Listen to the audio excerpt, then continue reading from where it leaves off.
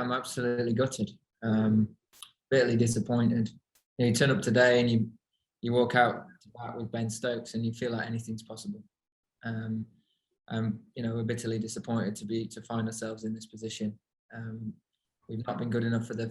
You called for a big reaction from your guys. You asked them to step up and do better than the last two games, and it hasn't come to anything. What can you do next to try and lift this team? We have to stay very mentally resilient. We have to, more than anything, just keep working very hard at our games, keep looking at ways to get better. And we have to make sure that when we get our opportunities to get ahead of the game, we take them. And I look at that first innings. You can look at last night all you want and today.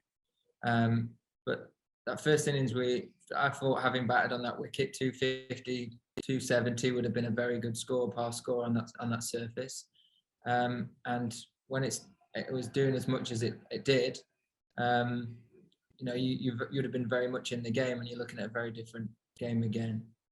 I think last night was an outstanding spell of bowling from their attack, and you just got to find a way to get through it. Sometimes you just got an hour's hard graft, really battle hard and try and get through that period, non-one down, and you're looking at a very different game.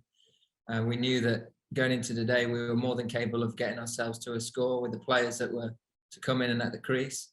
And it's bitterly disappointing that we didn't manage to do that. But like I say, you've got to front up. You've got to make sure that you stay very strong. You keep looking to improve all areas of our games, individually, collectively, and you have to have a really strong inner belief to be able to come back. And we need to put some pride back into the badge. And we need to give people back home something to celebrate and look fondly back on from this tour. It's bitterly disappointing to be a 3-0 down, but 2 test matches to go. We have to try and make sure we come away from this tour with a couple of wins. You said a couple of times in the last week that you didn't believe Australia were that much better than you, and that the margins weren't doing you a lot of favours. I mean, do you have to revise that, and do you conclude that really Australia probably are quite a bit better than this team? I think they've definitely outplayed us in the 3 games. We've not been good enough. I think last night they showed their class, and they were excellent with ball in hand. I also think that the way that we bowled yesterday was excellent as well. With everything else going on around this game, to be able to put in a performance like that, I think that was our best day of the whole tour. And I'm bitterly disappointed for those bowlers, because they got us they kept us in the game very much. With the way they went about things, and we just have to keep looking to get better. Thank you, Joe. Okay, let's go John Etheridge, then George the Bell, please. Joe, there's always going to be questions about the captaincy after a series like this. Are you keen to carry on in the job beyond this tour? The series isn't over yet. We've got 2 very big games, and more than anything, it's be wrong to look past that.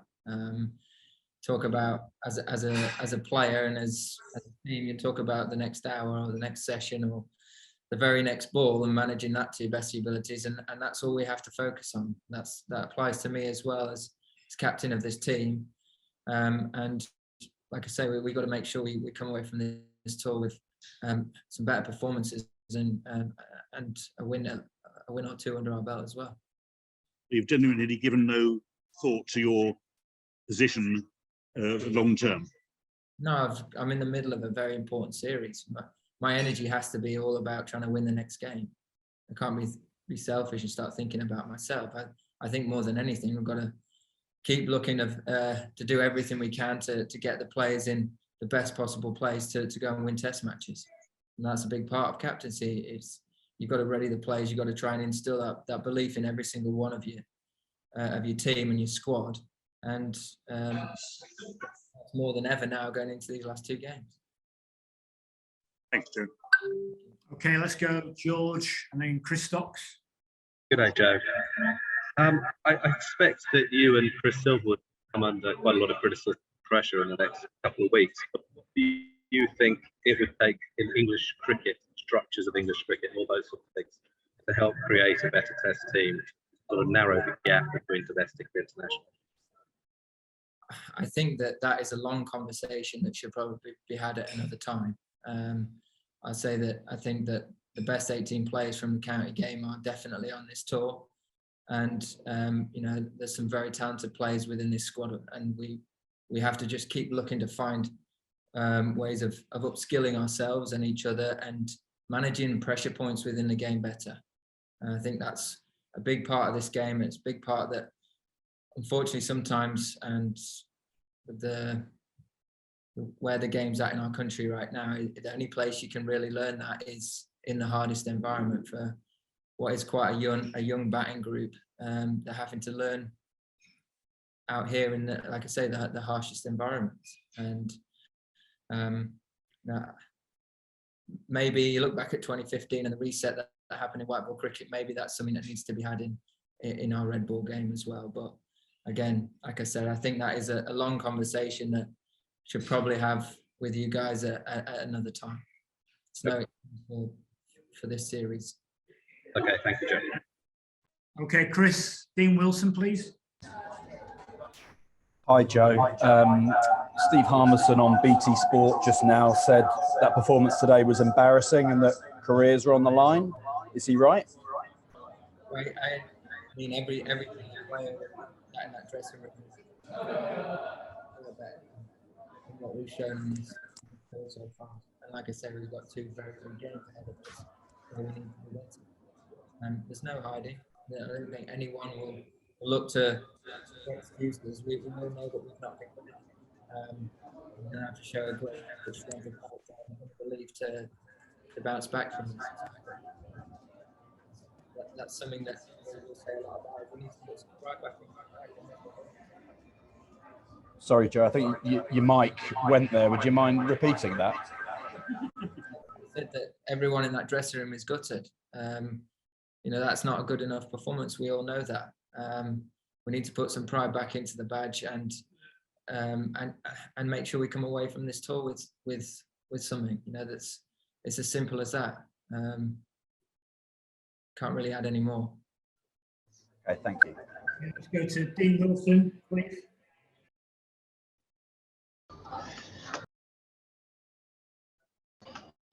There we go. Yeah, hi Joe. I just wondered, since you come into the England team, probably only yourself and Ben have improved as batsmen in that test environment. Why is it you think that no other batsmen actually improve while they're a part of the test team? I think that Can't hear it. a lot of it will revolve around the environment they're coming into this team. Sorry, we can't hear your answer, Joe. Make sure the mics are on mute, please. That's the problem. Make sure everyone's on mute, and then we can crack on. Go ahead, Dean. Ask the question again, please.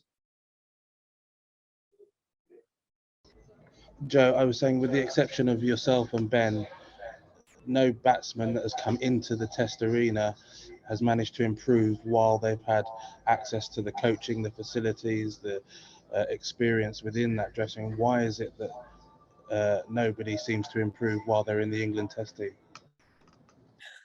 Sorry, someone's... Lights have gone out now. There we go. I think that stems to a similar conversation that I think needs to happen further down the line. I think it's for the environment that they're coming from is not readying them well enough for Test cricket, and it's a very difficult place to, with everything that surrounds Test matches and different conditions and environments. If you're not ready going into it, it makes it very difficult to improve in that environment. I'm hoping that somebody picked that up. And the other question was, you talk about these last two matches being really important. I think what we saw there today was a team that really looks like they're on the floor. They want to try and perform, but just can't. How do you pick players up off the floor like that? You'll need some pretty special man management skills. And as well, you need some strong inner belief from every single individual. I think sometimes it has to come from within. We'll have to do everything we can in terms of supporting and making sure that we're readying everyone as best as you can. But ultimately, it's about it's got to come from within individuals, and you know, like I say, being there for one another and making sure around the games we're upskilling as much as we can, but mentally we're very resilient and strong and show that character that you need to survive and thrive in Test cricket. There's clearly a problem with the technology in terms of the audio. We'll just take one more from Will Matt first, and then we're done. Go ahead, Will. Hi, Joe. Could I just ask you to reflect on your own year? Obviously, you've had a very good year with the bat, but no one else in the team has really. And after winning the first 3 games, I think you've only won 1 of the last 12. So just could you reflect on that, please?